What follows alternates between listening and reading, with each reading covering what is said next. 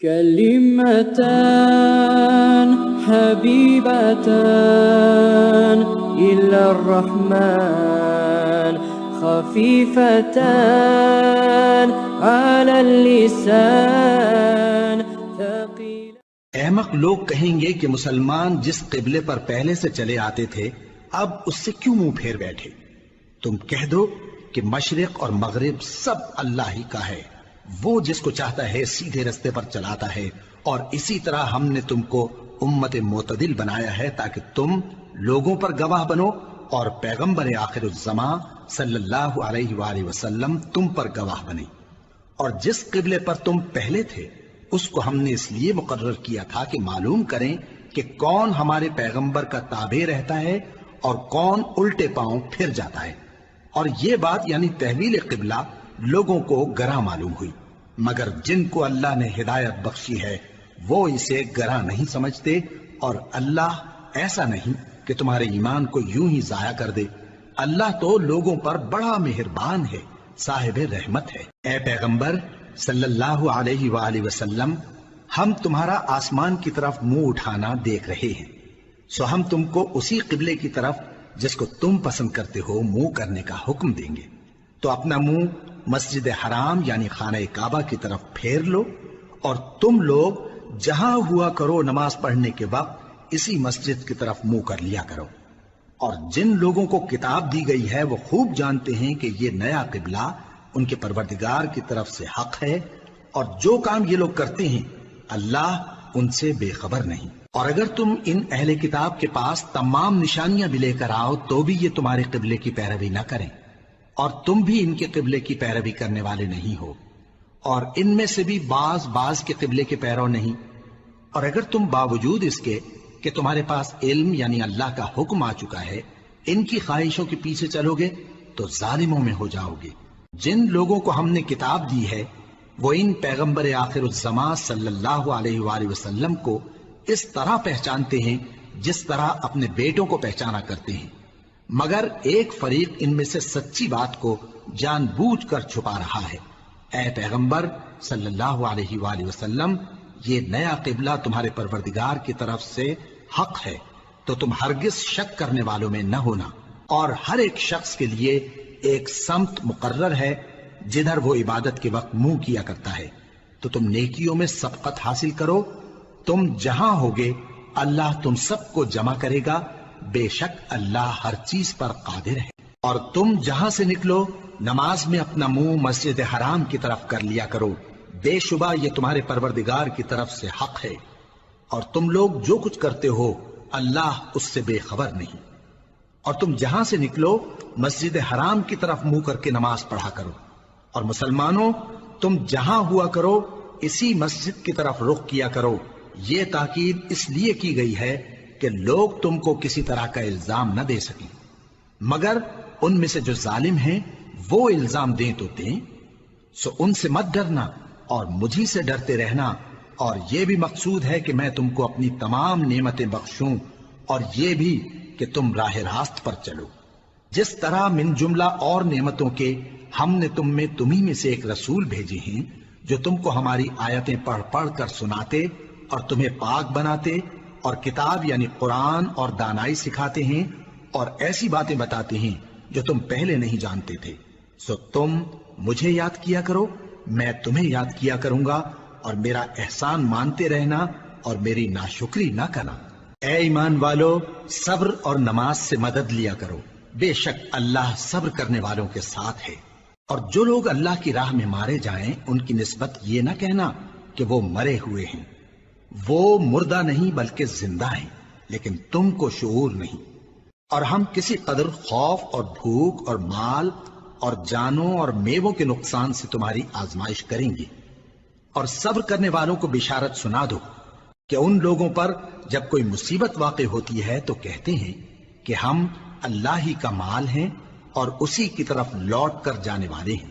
یہی لوگ ہیں جن پر ان کے پروردگار کی عنایتیں ہیں اور خصوصی رحمت بھی ہے، اور یہی سیدھے رستے پر ہیں۔ بے شک کوہ صفا اور مروہ اللہ کی نشانیوں میں سے ہیں، تو جو شخص خانہ کعبہ کا حج یا عمرہ کرے اس پر کچھ گناہ نہیں کہ دونوں کے درمیان چکر لگائے، بلکہ یہ ایک نیک کام ہے، اور جو کوئی نیک کام کرے تو اللہ قدردان ہے، دانا ہے۔ جو لوگ ہمارے حکموں اور ہدایتوں کو جو ہم نے نازل کی ہیں کسی غرض فاسد سے چھپاتے ہیں، باوجود کہ ہم نے ان کو لوگوں کے سمجھانے کے لیے اپنی کتاب میں کھول کھول کر بیان کر دیا ہے، ایسوں پر اللہ اور تمام لعنت کرنے والے لعنت کرتے ہیں۔ ہاں، جو توبہ کرتے ہیں اور اپنی حالت درست کر لیتے ہیں اور احکام الہی کو صاف صاف بیان کر دیتے ہیں تو میں ان کے قصور معاف کر دیتا ہوں، اور میں بڑا معاف کرنے والا، بڑا مہربان ہوں۔ جو لوگ کافر ہوئے اور کافر ہی مرے، ایسوں پر اللہ کی اور فرشتوں کی اور انسانوں کی سب کی لعنت، وہ ہمیشہ اسی لعنت میں گرفتار رہیں گے۔ ان سے نہ تو عذاب ہلکا ہی کیا جائے گا اور نہ انہیں کچھ مہلت ملے گی۔ اور لوگوں، تمہارا معبود ایک ہی معبود ہے، اس بڑے مہربان اور رحم والے کے سوا کوئی عبادت کے لائق نہیں۔ بے شک آسمانوں اور زمین کے پیدا کرنے میں اور رات اور دن کے ایک دوسرے کے پیچھے آنے جانے میں اور کشتیوں اور جہازوں میں جو سمندر میں لوگوں کے فائدے کے لیے رواں ہیں، اور میں جس کو اللہ آسمان سے برساتا اور اس سے زمین کو اس کے مردہ ہو جانے کے بعد زندہ یعنی خشک ہو جانے کے بعد سرسبز کر دیتا ہے، اور زمین پر ہر قسم کے جانور پھیلانے میں اور ہواؤں کے چلانے میں اور بادلوں میں جو آسمان اور زمین کے درمیان گھرے رہتے ہیں، عقل مندوں کے لیے اللہ کی قدرت کی نشانیاں ہیں۔ اور بعض لوگ ایسے ہیں جو غیر اللہ کو اللہ کا شریک بناتے اور ان سے اللہ کی سی محبت کرتے ہیں، لیکن جو ایمان والے ہیں وہ تو اللہ ہی کے سب سے زیادہ دوست دار ہیں۔ اور اے کاش ظالم لوگ جو بات عذاب کے وقت دیکھیں گے اب دیکھ لیتے کہ سب طرح کی طاقت اللہ ہی کو ہے، اور یہ کہ اللہ سخت عذاب کرنے والا ہے۔ اس دن کفر کے پیشوا اپنے پیروں سے بیزاری ظاہر کریں گے اور دونوں عذاب الہی دیکھ لیں گے اور ان کے آپس کے تعلقات منقطع ہو جائیں گے۔ یہ حال دیکھ کر پیروی کرنے والے حسرت سے کہیں گے کہ اے کاش ہمیں پھر دنیا میں جانا نصیب ہو، تاکہ جس طرح یہ ہم سے بیزار ہو رہے ہیں اسی طرح ہم بھی ان سے بیزار ہوں۔ اس طرح اللہ ان کے اعمال حسرت بنا کر دکھائے گا اور وہ دوزخ سے نکل نہیں سکیں گے۔ لوگوں، جو چیزیں زمین میں حلال طیب ہیں وہ کھاؤ، اور شیطان کے قدموں پر نہ چلو، وہ تمہارا کھلا دشمن ہے۔ وہ تو تم کو برائی اور بے حیائی ہی کے کام کرنے کو کہتا ہے، اور یہ بھی کہ اللہ کی نسبت ایسی باتیں کہو جن کا تمہیں کچھ بھی علم نہیں۔ اور جب ان لوگوں سے کہا جاتا ہے کہ جو کتاب اللہ نے نازل فرمائی ہے اس کی پیروی کرو، تو کہتے ہیں نہیں، بلکہ ہم تو اسی چیز کی پیروی کریں گے جس پر ہم نے اپنے باپ دادا کو پایا۔ بھلا اگرچہ ان کے باپ دادا نہ کچھ سمجھتے ہوں اور نہ سیدھے راستے پر ہوں، تب بھی وہ انہی کی تقلید کیے جائیں گے۔ جو لوگ کافر ہیں ان کی مثال اس شخص کی سی ہے جو کسی ایسی چیز کو آواز دے جو پکار اور آواز کے سوا کچھ سن نہ سکے۔ یہ بہرے ہیں، گونگے ہیں، اندھے ہیں کہ کچھ سمجھ ہی نہیں سکتے۔ اے اہل ایمان، جو پاکیزہ چیزیں ہم نے تم کو عطا فرمائی ہیں ان کو کھاؤ، اور اگر اللہ ہی کے بندے ہو تو اس کی نعمتوں کا شکر بھی ادا کرو۔ اس نے تو تم پر بس مرا ہوا جانور اور لہو اور سور کا گوشت اور جس چیز پر اللہ کے سوا کسی اور کا نام پکارا جائے حرام کر دیا ہے۔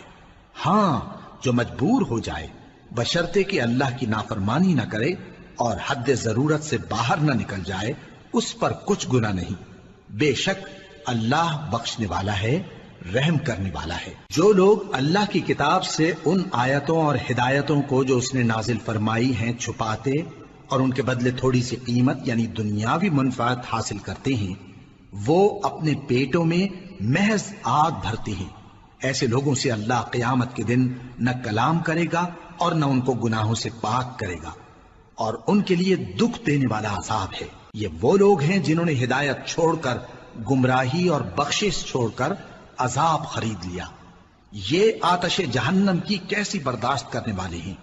یہ اس لیے کہ اللہ نے کتاب سچائی کے ساتھ نازل فرمائی، اور جن لوگوں نے اس کتاب میں اختلاف کیا وہ ضد میں آ کر نیکی سے دور ہو گئے ہیں۔ نیکی یہی نہیں کہ تم مشرق و مغرب کو قبلہ سمجھ کر ان کی طرف منہ کر لو، بلکہ نیکی یہ ہے کہ لوگ اللہ پر اور روز آخر پر اور فرشتوں پر اور اللہ کی کتاب پر اور پیغمبروں پر ایمان لائیں، اور مال باوجود عزیز رکھنے کے رشتہ داروں اور یتیموں اور محتاجوں اور مسافروں اور مانگنے والوں کو دیں، اور گردنوں کے چھڑانے میں خرچ کریں، اور نماز پڑھیں اور زکوٰۃ دیں، اور جب عہد کر لیں تو اس کو پورا کریں، اور سختی اور تکلیف میں اور جنگ کے وقت ثابت قدم رہیں۔ یہی لوگ ہیں جو ایمان میں سچے ہیں، اور یہی ہیں جو اللہ سے ڈرنے والے ہیں۔ مومنوں، تم کو مقتولوں کے بارے میں قصاص یعنی خون کے بدلے خون کا حکم دیا جاتا ہے، اس طرح پر کہ آزاد کے بدلے آزاد مارا جائے، اور غلام کے بدلے غلام، اور عورت کے بدلے عورت۔ اور اگر قاتل کو اس کے مقتول بھائی کے قصاص میں سے کچھ معاف کر دیا جائے تو وارث مقتول کو پسندیدہ طریق سے قرارداد کی پیروی یعنی مطالبہ خون بہا کرنا اور قاتل کو خوشخوئی کے ساتھ ادا کرنا چاہیے۔ یہ تمہارے پروردگار کی طرف سے تمہارے لیے آسانی اور مہربانی ہے۔ اب جو اس کے بعد زیادتی کرے اس کے لیے دکھ کا عذاب ہے۔ اور اے اہل عقل، حکم قصاص میں تمہاری زندگانی ہے کہ تم قتل و خونریزی سے بچو۔ تم پر فرض کیا جاتا ہے کہ جب تم میں سے کسی کو موت کا وقت آ جائے تو اگر وہ کچھ مال چھوڑ جانے والا ہو تو ماں باپ اور رشتہ داروں کے لیے دستور کے مطابق وصیت کر جائے۔ اللہ سے ڈرنے والوں پر یہ ایک حق ہے۔ پھر جو شخص وصیت کو سننے کے بعد اس کو بدل ڈالے تو اس کے بدلنے کا گناہ انہی لوگوں پر ہے جو اس کو بدلیں، اور بے شک اللہ سنتا جانتا ہے۔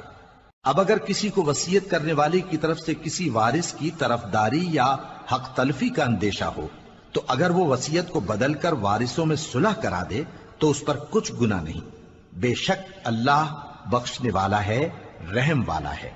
مومنوں، تم پر روزے فرض کیے گئے ہیں جس طرح تم سے پہلے لوگوں پر فرض کیے گئے تھے تاکہ تم پرہیزگار بنو۔ روزوں کے دن گنتی کے چند روز ہیں، تو جو شخص تم میں سے بیمار ہو یا سفر میں ہو تو دوسرے دنوں میں روزوں کا شمار پورا کر لے۔ اور جو لوگ روزہ رکھنے کی طاقت رکھیں لیکن رکھیں نہیں، وہ روزے کے بدلے محتاج کو کھانا کھلا دیں۔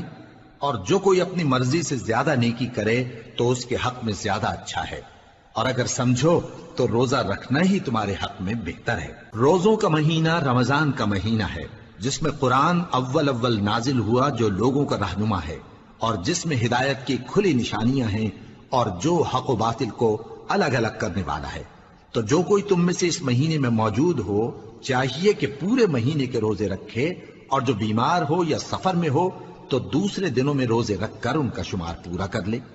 اللہ تمہارے حق میں آسانی چاہتا ہے اور سختی نہیں چاہتا، اور یہ آسانی کا حکم اس لیے دیا گیا ہے کہ تم روزوں کا شمار پورا کر لو، اور اس احسان کے بدلے کہ اللہ نے تم کو ہدایت بخشی ہے تم اس کو بزرگی سے یاد کرو اور اس کا شکر کرو۔ اور اے پیغمبر، جب تم سے میرے بندے میرے بارے میں دریافت کریں تو انہیں معلوم ہو کہ میں تو تمہارے پاس ہی ہوں۔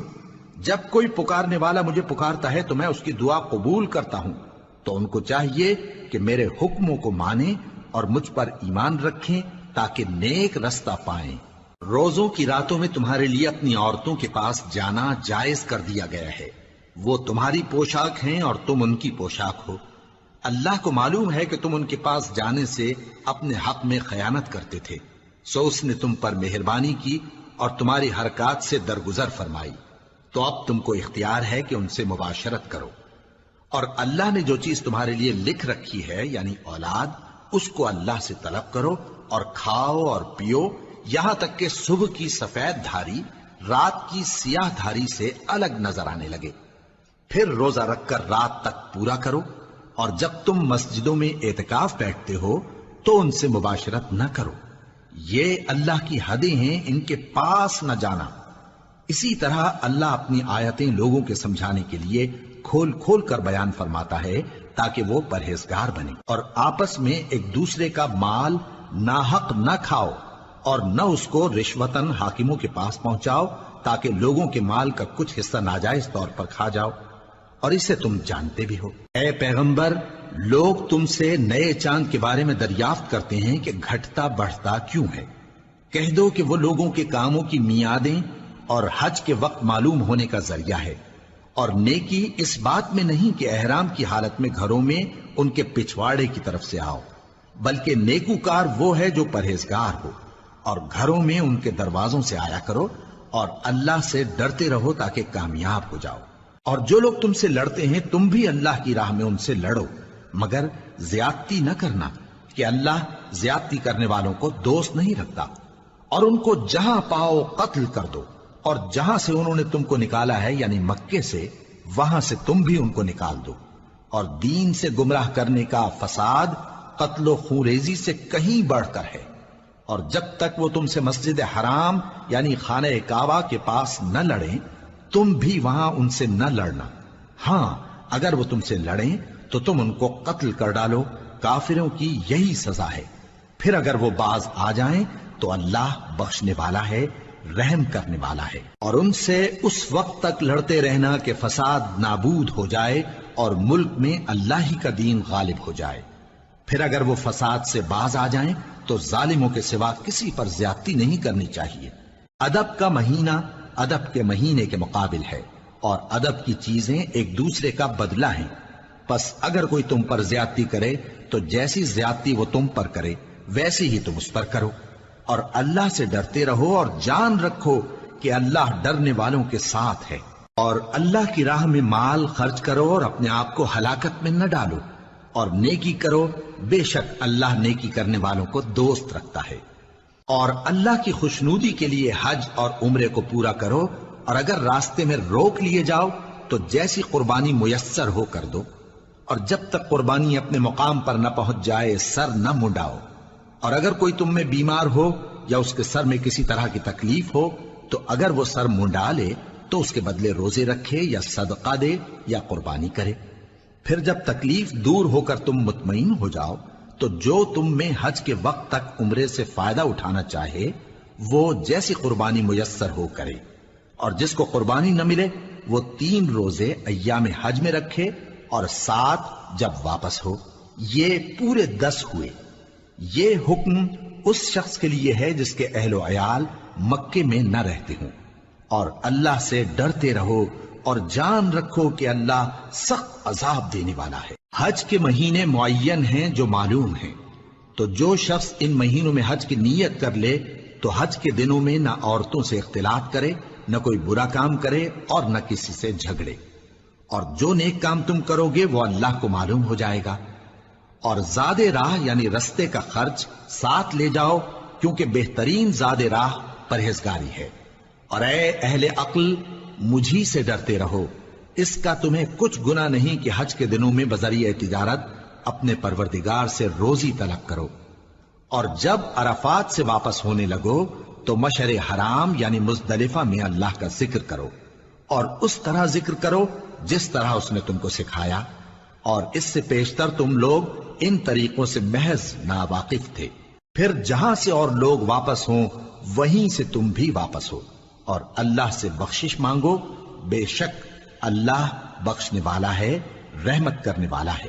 پھر جب حج کے تمام ارکان پورے کر چکو تو مینا میں اللہ کو یاد کرو جس طرح اپنے باپ دادا کو یاد کیا کرتے تھے، بلکہ اس سے بھی زیادہ۔ اور بعض لوگ ایسے ہیں جو اللہ سے التجا کرتے ہیں کہ اے پروردگار ہم کو جو دینا ہے دنیا ہی میں دے دے، اور ایسے لوگوں کا آخرت میں کچھ حصہ نہیں۔ اور بعض ایسے ہیں کہ دعا کرتے ہیں کہ پروردگار ہم کو دنیا میں بھی نعمت عطا فرما اور آخرت میں بھی نعمت بخشیو اور دوزخ کے عذاب سے محفوظ رکھیو۔ یہی لوگ ہیں جن کے لیے ان کے کاموں کا حصہ یعنی اجر نیک تیار ہے، اور اللہ جلد حساب لینے والا ہے۔ اور قیام منا کے دنوں میں جو گنتی کے دن ہیں اللہ کو یاد کرو، اگر کوئی جلدی کرے اور 2 ہی دن میں چل دے تو اس پر بھی کچھ گناہ نہیں، اور جو بات تک ٹھہرا رہے اس پر بھی کچھ گناہ نہیں۔ یہ باتیں اس شخص کے لیے ہیں جو اللہ سے ڈرے، اور تم لوگ اللہ سے ڈرتے رہو اور جان رکھو کہ تم سب اس کے پاس جمع کیے جاؤ گے۔ اور کوئی شخص تو ایسا ہے جس کی گفتگو دنیا کی زندگی میں تم کو دلکش معلوم ہوتی ہے، اور وہ اپنے معافی ضمیر پر یعنی اس بات پر جو اس کے دل میں ہے اللہ کو گواہ بناتا ہے، حالانکہ وہ سخت جھگڑالو ہے۔ اور جب پیٹ پھیر کر چلا جاتا ہے تو زمین میں دوڑتا پھرتا ہے تاکہ اس میں فتنہ انگیزی کرے، اور کھیتی کو برباد اور انسانوں اور حیوانوں کی نسل کو نابود کر دے، اور اللہ فتنہ انگیزی کو پسند نہیں کرتا۔ اور جب اس سے کہا جاتا ہے کہ اللہ سے خوف کر تو غرور اس کو گناہ میں پھنسا دیتا ہے، سو اس کو جہنم کافی ہے اور وہ بہت برا ٹھکانہ ہے۔ اور کوئی شخص ایسا ہے کہ اللہ کی خوشنودی حاصل کرنے کے لیے اپنی جان بیچ ڈالتا ہے، اور اللہ بندوں پر بہت مہربان ہے۔ مومنو، اسلام میں پورے داخل ہو جاؤ اور شیطان کے پیچھے نہ چلو، وہ تو تمہارا کھلا دشمن ہے۔ پھر اگر تم احکام روشن پہنچ جانے کے بعد لڑکھڑا جاؤ تو جان رکھو کہ اللہ غالب ہے، حکمت والا ہے۔ کیا یہ لوگ اسی بات کے منتظر ہیں کہ ان پر اللہ کا عذاب بادل کے سائبانوں میں نازل ہو اور فرشتے بھی اتر آئیں اور کام تمام کر دیا جائے؟ اور سب کاموں کا رجوع اللہ ہی کی طرف ہے۔ اے پیغمبر، بنی اسرائیل سے پوچھو کہ ہم نے ان کو کتنی کھلی نشانیاں دیں، اور جو شخص اللہ کی نعمت کو اپنے پاس آنے کے بعد بدل دے تو اللہ سخت عذاب کرنے والا ہے۔ اور جو کافر ہیں ان کے لیے دنیا کی زندگی خوشنما کر دی گئی ہے، اور وہ مومنوں سے تمسخر کرتی ہیں، لیکن جو پرہیزگار ہیں وہ قیامت کے دن ان سے اوپر ہوں گے۔ اور اللہ جس کو چاہتا ہے بے حساب رزق دیتا ہے۔ پہلے تو سب لوگوں کا ایک ہی مذہب تھا، لیکن وہ آپس میں اختلاف کرنے لگے تو اللہ نے ان کی طرف بشارت دینے والے اور ڈر سنانے والے پیغمبر بھیجے، اور ان پر سچائی کے ساتھ کتابیں نازل کی تاکہ جن امور میں لوگ اختلاف کرتے تھے ان کا ان میں فیصلہ کر دے۔ اور اس میں اختلاف بھی انہی لوگوں نے کیا جن کو کتاب دی گئی تھی، باوجود کہ ان کے پاس کھلے ہوئے احکام آ چکے تھے، اور یہ اختلاف انہوں نے صرف آپس کی ضد سے کیا۔ تو جس امر حق میں وہ اختلاف کرتے تھے اللہ نے اپنی مہربانی سے مومنوں کو اس کی راہ دکھا دی، اور اللہ جس کو چاہتا ہے سیدھا رستہ دکھا دیتا ہے۔ کیا تم یہ خیال کرتے ہو کہ یوں ہی بہشت میں داخل ہو جاؤ گے، اور ابھی تم کو پہلے لوگوں کی سی مشکلیں تو پیش آئی ہی نہیں؟ ان کو بڑی بڑی سختیاں اور تکلیفیں پہنچیں اور وہ صعوبتوں میں ہلا ہلا دیے گئے، یہاں تک کہ پیغمبر اور مومن لوگ جو ان کے ساتھ تھے سب پکار اٹھے کہ کب اللہ کی مدد آئے گی۔ دیکھو اللہ کی مدد ان قریب آیا چاہتی ہے۔ اے نبی، لوگ تم سے پوچھتے ہیں کہ اللہ کی راہ میں کس طرح کا مال خرچ کریں۔ کہہ دو کہ جو چاہو خرچ کرو، لیکن جو مال خرچ کرنا چاہو وہ درجہ بدرجہ اہل استحقاق یعنی ماں باپ کو اور قریب کے رشتہ داروں کو اور یتیموں کو اور محتاجوں کو اور مسافروں کو سب کو دو، اور جو بھلائی تم کرو گے اللہ اس کو جانتا ہے۔ مسلمانوں، تم پر اللہ کے رستے میں لڑنا فرض کر دیا گیا ہے، اور وہ تمہیں ناگوار تو ہوگا، مگر عجب نہیں کہ ایک چیز تم کو بری لگے اور وہ تمہارے حق میں بھلی ہو، اور عجب نہیں کہ ایک چیز تم کو بھلی لگے اور وہ تمہارے لیے مضر ہو، اور ان باتوں کو اللہ ہی بہتر جانتا ہے اور تم نہیں جانتے۔ اے پیغمبر، لوگ تم سے عزت والے مہینوں میں لڑائی کرنے کے بارے میں دریافت کرتے ہیں، کہہ دو کہ ان میں لڑنا بڑا گناہ ہے، اور اللہ کی راہ سے روکنا اور اس سے کفر کرنا اور مسجد حرام یعنی خانہ کعبہ میں جانے سے بند کرنا اور اہل مسجد کو اس میں سے نکال دینا جو یہ کفار کرتے ہیں، اللہ کے نزدیک اس سے بھی زیادہ گناہ ہے، اور فتنہ انگیزی خونریزی سے بھی بڑھ کر ہے۔ اور یہ لوگ ہمیشہ تم سے لڑتے رہیں گے، یہاں تک کہ اگر مقدور رکھیں تو تم کو تمہارے دین سے پھیر دیں، اور جو کوئی تم میں سے اپنے دین سے پھر کر کافر ہو جائے گا اور کافر ہی مرے گا تو ایسے لوگوں کے اعمال دنیا اور آخرت دونوں میں برباد ہو جائیں گے، اور یہی لوگ دوزخ میں جانے والے ہیں جس میں ہمیشہ رہیں گے۔ جو لوگ ایمان لائے اور اللہ کے لیے وطن چھوڑ گئے اور کفار سے جنگ کرتے رہے وہی اللہ کی رحمت کے امیدوار ہیں، اور اللہ بخشنے والا ہے، رحمت کرنے والا ہے۔ اے پیغمبر، لوگ تم سے شراب اور جوئے کا حکم دریافت کرتے ہیں، کہہ دو کہ ان میں گناہ بڑے ہیں اور لوگوں کے لیے کچھ فائدے بھی ہیں، مگر ان کے گناہ فائدوں سے کہیں زیادہ ہیں۔ اور یہ بھی تم سے پوچھتے ہیں کہ اللہ کی راہ میں کون سا مال خرچ کریں، کہہ دو کہ جو ضرورت سے زیادہ ہو۔ اس طرح اللہ تمہارے لیے اپنے احکام کھول کھول کر بیان فرماتا ہے تاکہ تم سوچو، یعنی دنیا اور آخرت کی باتوں میں غور کرو۔ اور تم سے یتیموں کے بارے میں بھی دریافت کرتے ہیں، کہہ دو کہ ان کی حالت کی اصلاح بہت اچھا کام ہے، اور اگر تم ان سے مل جل کر رہنا یعنی خرچ اکٹھا رکھنا چاہو تو وہ تمہارے بھائی ہیں، اور اللہ خوب جانتا ہے کہ خرابی کرنے والا کون ہے اور اصلاح کرنے والا کون۔ اور اگر اللہ چاہتا تو تم کو تکلیف میں ڈال دیتا، بے شک اللہ غالب ہے، حکمت والا ہے۔ اور مومنوں، مشرک عورتوں سے جب تک وہ ایمان نہ لائیں نکاح نہ کرنا، کیونکہ مشرک عورت خواہ تم کو کیسی ہی بھلی لگے اس سے مومن لونڈی بہتر ہے۔ اور اسی طرح مشرک مرد جب تک ایمان نہ لائیں مومن عورتوں کو ان کی زوجیت میں نہ دینا، کیونکہ مشرک مرد سے خواہ وہ تم کو کیسا ہی بھلا لگے مومن غلام بہتر ہے۔ یہ مشرک لوگوں کو دوزخ کی طرف بلاتی ہیں، اور اللہ اپنی مہربانی سے بہشت اور بخشش کی طرف بلاتا ہے، اور اپنے حکم لوگوں سے کھول کھول کر بیان کرتا ہے تاکہ نصیحت حاصل کریں۔ اور تم سے حیض کے بارے میں دریافت کرتے ہیں، کہہ دو وہ تو نجاست ہے، سو ایام حیض میں عورتوں سے کنارہ کش رہو، اور جب تک وہ پاک نہ ہو جائیں ان سے مقاربت نہ کرو۔ ہاں، جب وہ پاک ہو جائیں تو جس طریق سے اللہ نے تمہیں ارشاد فرمایا ہے ان کے پاس جاؤ، کچھ شک نہیں کہ اللہ توبہ کرنے والوں اور پاک صاف رہنے والوں کو دوست رکھتا ہے۔ تمہاری عورتیں تمہاری کھیتی ہیں، تو اپنی کھیتی میں جس طرح چاہو جاؤ، اور اپنے لیے نیک عمل آگے بھیجو، اور اللہ سے ڈرتے رہو، اور جان رکھو کہ ایک دن تمہیں اس کے روبرو حاضر ہونا ہے۔ اور اے پیغمبر، ایمان والوں کو بشارت سنا دو، اور اللہ کے نام کو اس بات کا ہیلا نہ بنانا کہ اس کی قسمیں کھا کھا کر سلوک کرنے اور پرہیزگاری کرنے اور لوگوں میں صلح و سازگاری کرانے سے رک جاؤ، اور اللہ سب کچھ سنتا ہے، جانتا ہے۔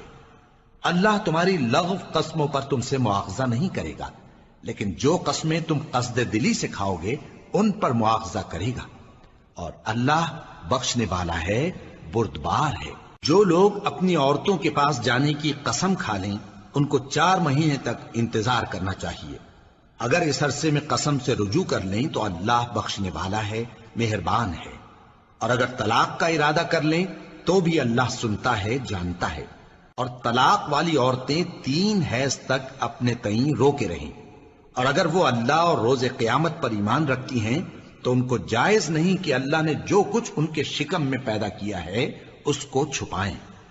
اور ان کے خاوند اگر پھر موافقت چاہیں تو اس مدت میں وہ ان کو اپنی زوجیت میں لے لینے کے زیادہ حقدار ہیں۔ اور عورتوں کا حق مردوں پر ویسا ہی ہے جیسے دستور کے مطابق مردوں کا حق عورتوں پر ہے، البتہ مردوں کو عورتوں پر 1 درجہ فضیلت ہے، اور اللہ غالب ہے، صاحب حکمت ہے۔ طلاق صرف 2 بار ہے، یعنی جب 2 دفعہ طلاق دے دی جائے تو پھر عورتوں کو یا تو بطریق شائستہ نکاح میں رہنے دینا ہے یا بھلائی کے ساتھ چھوڑ دینا۔ اور یہ جائز نہیں کہ جو مہر تم ان کو دے چکے ہو اس میں سے کچھ واپس لے لو۔ ہاں، اگر زن و شوہر کو خوف ہو کہ وہ اللہ کی حدوں کو قائم نہیں رکھ سکیں گے تو اگر عورت خاوند کے ہاتھ سے رہائی پانے کے بدلے میں کچھ دے ڈالے تو دونوں پر کچھ گناہ نہیں۔ یہ اللہ کی مقرر کی ہوئی حدیں ہیں، ان سے باہر نہ نکلنا، اور جو لوگ اللہ کی حدوں سے باہر نکل جائیں گے وہ گناہگار ہوں گے۔ پھر اگر شوہر 2 طلاقوں کے بعد تیسری طلاق عورت کو دے دے تو اس کے بعد جب تک عورت کسی دوسرے شخص سے نکاح نہ کر لے اس پہلے شوہر پر حلال نہ ہوگی۔ ہاں، اگر دوسرا خاوند بھی طلاق دے دے اور عورت اور پہلا خاوند پھر ایک دوسرے کی طرف رجوع کر لیں تو ان پر کچھ گناہ نہیں، بشرطے کہ دونوں یقین کریں کہ اللہ کی حدوں کو قائم رکھ سکیں گے، اور یہ اللہ کی حدیں ہیں، ان کو وہ ان لوگوں کے لیے بیان فرماتا ہے جو علم رکھتے ہیں۔ اور جب تم عورتوں کو 2 دفعہ طلاق دے چکو اور ان کی عدت پوری ہو جائے تو انہیں یا تو حسن سلوک سے نکاح میں رہنے دو یا بطریق شائستہ رخصت کر دو، اور اس نیت سے ان کو نکاح میں نہ رہنے دینا چاہیے کہ انہیں تکلیف دو اور ان پر زیادتی کرو، اور جو ایسا کرے گا وہ اپنا ہی نقصان کرے گا۔ اور اللہ کے احکام کو ہنسی اور کھیل نہ بناؤ، اور اللہ نے تم کو جو نعمتیں بخشی ہیں اور تم پر جو کتاب اور دانائی کی باتیں نازل کی ہیں جن سے وہ تمہیں نصیحت فرماتا ہے ان کو یاد کرو، اور اللہ سے ڈرتے رہو، اور جان رکھو کہ اللہ ہر چیز سے واقف ہے۔ اور جب تم عورتوں کو طلاق دے چکو اور ان کی عدت پوری ہو جائے تو ان کو اپنے شوہروں کے ساتھ جب وہ آپس میں جائز طور پر راضی ہو جائیں نکاح کرنے سے مت روکو۔ اس حکم سے اس شخص کو نصیحت کی جاتی ہے جو تم میں اللہ اور روز آخر پر یقین رکھتا ہے۔ یہ تمہارے لیے نہایت خوب اور بہت پاکیزگی کی بات ہے، اور اللہ جانتا ہے اور تم نہیں جانتے۔ اور مائیں اپنے بچوں کو پورے 2 سال دودھ پلائیں، یہ حکم اس شخص کے لیے ہے جو پوری مدت تک دودھ پلوانا چاہے، اور دودھ پلانے والی ماؤں کا کھانا اور کپڑا دستور کے مطابق باپ کے ذمے ہوگا۔ کسی شخص کو اس کی طاقت سے زیادہ تکلیف نہیں دی جاتی، تو یاد رکھو کہ نہ تو ماں کو اس کے بچے کے سبب نقصان پہنچایا جائے اور نہ باپ کو اس کی اولاد کی وجہ سے نقصان پہنچایا جائے، اور اسی طرح نان و نفقہ بچے کے وارث کے ذمے ہے۔ اور اگر دونوں یعنی ماں باپ آپس کی رضامندی اور صلاح سے بچے کا دودھ چھڑانا چاہیں تو ان پر کچھ گناہ نہیں، اور اگر تم اپنی اولاد کو دودھ پلوانا چاہو تو تم پر کچھ گناہ نہیں، بشرطے کہ تم دودھ پلانے والیوں کو دستور کے مطابق ان کا حق جو تم نے دینا کیا تھا دے دو۔ اور اللہ سے ڈرتے رہو اور جان رکھو کہ جو کچھ تم کرتے ہو اللہ اس کو دیکھ رہا ہے۔ اور جو لوگ تم میں سے مر جائیں اور عورتیں چھوڑ جائیں تو وہ عورتیں 4 مہینے اور 10 دن اپنے آپ کو روکے رہیں، اور جب یہ عدت پوری کر چکیں اور اپنے حق میں پسندیدہ کام یعنی نکاح کر لیں تو تم پر کچھ گناہ نہیں، اور اللہ تمہارے سب کاموں سے واقف ہے۔ اگر تم اشارے کنائے میں عورتوں کو نکاح کا پیغام بھیجو یا نکاح کی خواہش کو اپنے دلوں میں مخفی رکھو تو تم پر کچھ گناہ نہیں۔ اللہ کو معلوم ہے کہ تم ان سے نکاح کا ذکر کرو گے، مگر ایام عدت میں اس کے سوا کے دستور کے مطابق کوئی بات کہہ دو، پوشیدہ طور پر ان سے قول و قرار نہ کرنا، اور جب تک عدت پوری نہ ہو لے نکاح کا پختہ ارادہ نہ کرنا۔ اور جان رکھو کہ جو کچھ تمہارے دلوں میں ہے اللہ کو سب معلوم ہے، تو اس سے ڈرتے رہو اور جان رکھو کہ اللہ بخشنے والا ہے، حلم والا ہے۔ اور اگر تم عورتوں کو ان کے پاس جانے یا ان کا مہر مقرر کرنے سے پہلے طلاق دے دو تو تم پر کچھ گناہ نہیں، ہاں ان کو دستور کے مطابق کچھ خرچ ضرور دو، یعنی مقدور والا اپنے مقدور کے مطابق دے اور تنگ دست اپنی حیثیت کے مطابق۔ نیک لوگوں پر یہ ایک طرح کا حق ہے۔ اور اگر تم عورتوں کو ان کے پاس جانے سے پہلے طلاق دے دو لیکن مہر مقرر کر چکے ہو تو آدھا مہر دینا ہوگا۔ ہاں اگر عورتیں مہر بخش دیں یا مرد جن کے ہاتھ میں عقد نکاح ہے اپنا حق چھوڑ دیں اور پورا مہر دے دیں تو ان کو اختیار ہے۔ اور اگر تم مرد لوگ ہی اپنا حق چھوڑ دو تو یہ پرہیزگاری کی بات ہے، اور آپس میں بھلائی کرنے کو فراموش نہ کرنا۔ کچھ شک نہیں کہ اللہ تمہارے سب کاموں کو دیکھ رہا ہے۔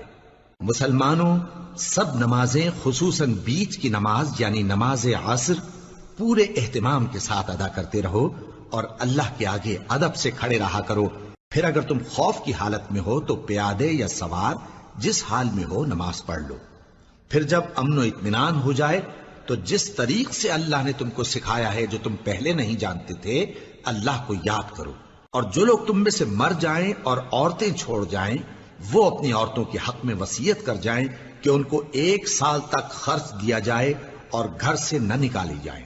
ہاں اگر وہ خود گھر سے چلی جائیں اور اپنے حق میں پسندیدہ کام یعنی نکاح کر لیں تو تم پر کچھ گناہ نہیں، اور اللہ زبردست ہے، حکمت والا ہے۔